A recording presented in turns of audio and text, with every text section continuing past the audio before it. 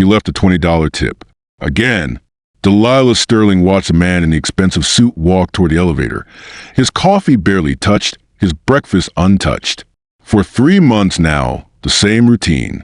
Theodore Whitman would sit at table 7 every morning, order eggs Benedict and coffee, then leave $20 for a meal that cost $12. But he never ate, just sat there, scrolling through his phone with an expression that made her stomach twist. Girl, that man is either the loneliest person alive, or he's planning something, whispered Savannah Brooks, sliding behind the reception desk with fresh towels.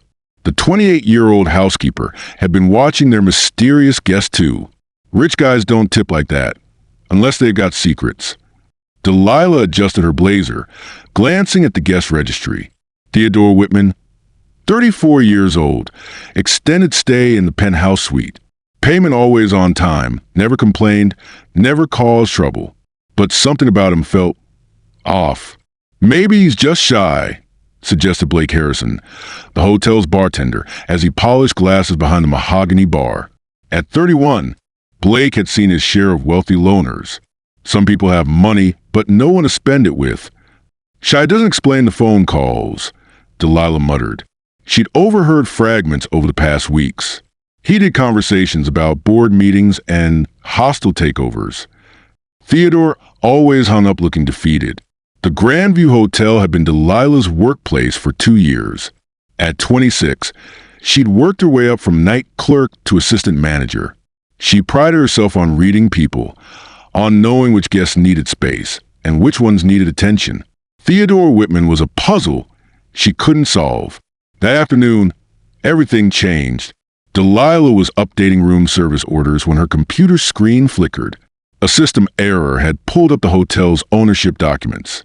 Her eyes widened as she scanned the legal papers. Whitman Holdings, LLC. Theodore J. Whitman, CEO and primary shareholder. What the hell? She whispered. What's wrong? Savannah appeared at her shoulder, reading over the screen. Wait, is that? He owns this place, Delilah breathed. Theodore doesn't just stay here.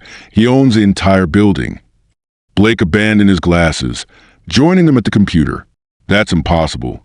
The owner's name is... Oh my God, it really is him. The pieces began clicking together. The penthouse suite that never went to other guests. The way the general manager always seemed nervous when Theodore was around. The fact that Theodore never interacted with staff beyond polite thank yous. Why would someone stay in their own hotel? Savannah wondered aloud, especially acting like a regular guest? Delilah's mind raced. The phone calls. He's been having problems with his business. Maybe he's hiding. That evening, Delilah couldn't concentrate on her work. She kept glancing toward the elevator, waiting for Theodore to return. He usually came back around 7, ordered room service, then disappeared until the next morning. But tonight, he didn't come back. At midnight, Delilah's curiosity got the better of her. Using her master key, she took the elevator to the penthouse floor. The hallway was eerily quiet. She knocked softly on Theodore's door. Mr. Whitman? It's Delilah from the front desk. I wanted to check if you needed anything. Silence. She knocked again, then used her key. Hello? I'm coming in. The penthouse was stunning, but strangely empty. Floor-to-ceiling windows overlooked downtown Portland, but the furniture looked barely used. Papers were scattered across a glass dining table. And Delilah's breath caught as she recognized legal documents, financial statements, and what looked like a resignation letter. You shouldn't be here. Delilah spun around. Theodore stood in the doorway, still in his suit, but looking exhausted. Up close, she could see the weight he carried in his shoulders, the stress lines around his eyes. I'm sorry, she stammered. I was worried when you didn't come back, and... Worried? Theodore stepped into the room, closing the door behind him. Why would you be worried about a guest? Delilah's heart hammered. Because you're not just a guest, are you? Theodore's expression shifted.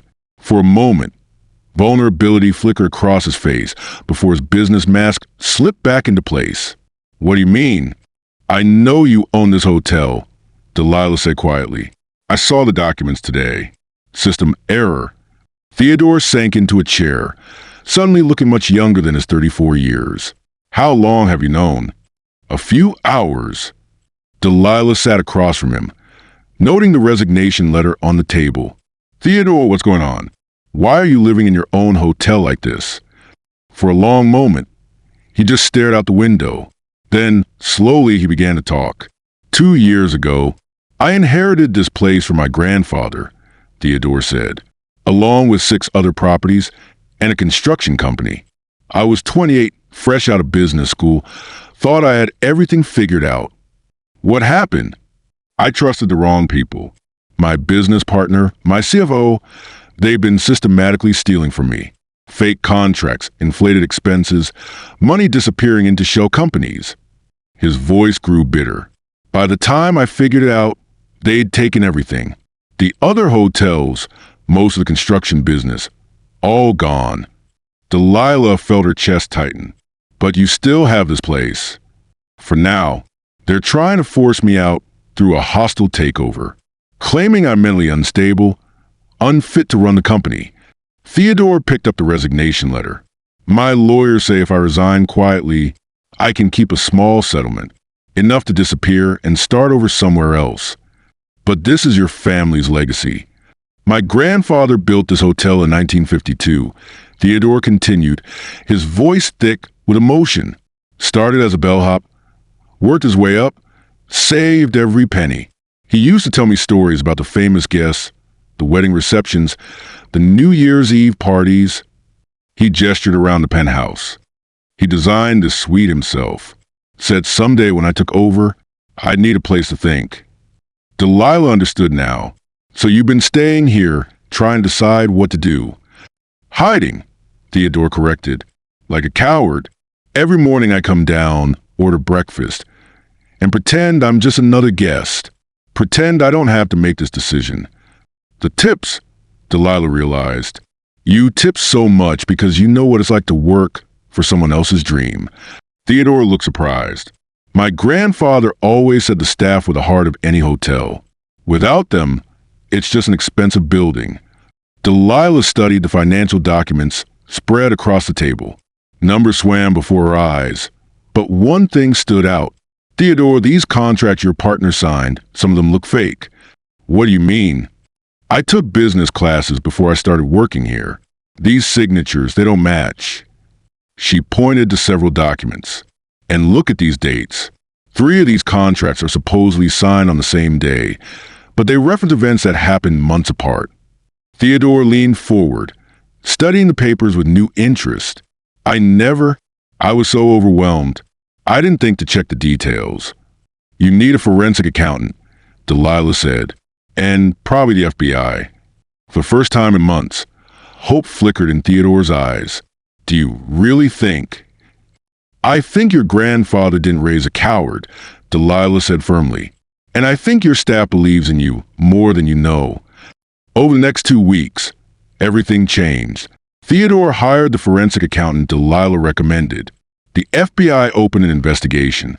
The evidence of fraud was overwhelming. And Theodore's former partners were arrested. But more importantly, Theodore stopped hiding. He moved out of the penthouse and into his grandfather's old apartment above the hotel. He started eating breakfast in the cafe, but now he sat with staff members, learning about their lives, their ideas for improving the hotel. Savannah suggested themed rooms celebrating Portland's history. Blake proposed a rooftop bar with local craft beer. Delilah recommended updating computer systems and adding online booking. You know, Theodore said one morning, sitting at table 7 with his usual eggs Benedict, which he finally ate, my grandfather always said this place succeeded because it felt like family. Does it feel like family now? Delilah asked, refilling his coffee. Theodore smiled, looking around the bustling cafe where staff and guests mingled like old friends. Getting there, 6 months later, the Grandview Hotel was thriving. The fraud investigation had recovered most of Theodore's stolen assets, allowing him to renovate and expand. But more importantly, he'd learned to trust again in his staff, in his instincts, and in the legacy his grandfather had left him. Delilah, now promoted to general manager, still worked the morning shift sometimes. She loved watching Theodore interact with guests, seeing him embrace the role he'd been born for. Any regrets? She asked one morning, finding him reviewing renovation plans in the cafe. Theodore looked around the bustling hotel, at Savannah directing housekeeping staff, at Blake training the new bartender, at the families and business travelers who now considered the Grandview their Portland home. Just one, he said, smiling. I wish my grandfather could see this. Maybe he can, Delilah replied, watching sunlight stream through the windows his grandfather had chosen. Maybe he's been watching all along.